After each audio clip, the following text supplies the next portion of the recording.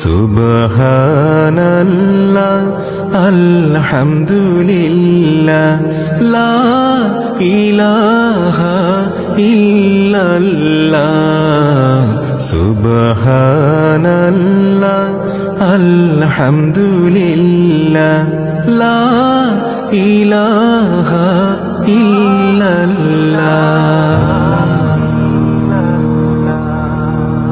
তুমি বাঁচাও তুমি মারো অবিরত ক্ষমা করো তুমি বাঁচাও তুমি মারো অবিরত।